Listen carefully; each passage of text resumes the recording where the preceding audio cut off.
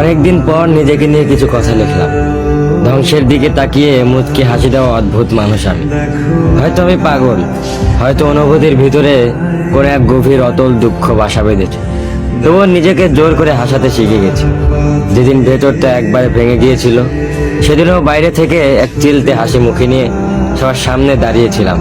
কষ্টগুলোকে আমি বন্ধু বানিয়েছি, একাকিত্বকে আপন করে নিয়েছি। মানুষ ভাবে আমি হয়তো সুখী, শক্ত, নির্লিপ্ত, কিন্তু তারা জানে না প্রতি রাত আমার এক একটা লড়াই।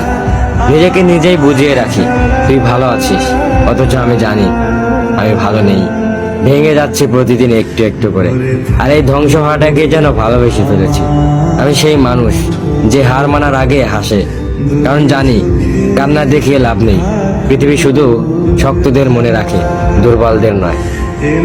তাই আমি অদ্ভুত, আমি অনুভূতির আগুনে পুড়ে যাওয়া নীরব যোদ্ধা। আমার জীবন কোনো সুখের গল্প নয়, এটা সেই শব্দ বিপ্লব, যেখানে হাসির আড়ালে লুকানো থাকে হাজারো না বলা কথা, ভাঙা স্বপ্ন, হারিয়ে যাওয়া আমি।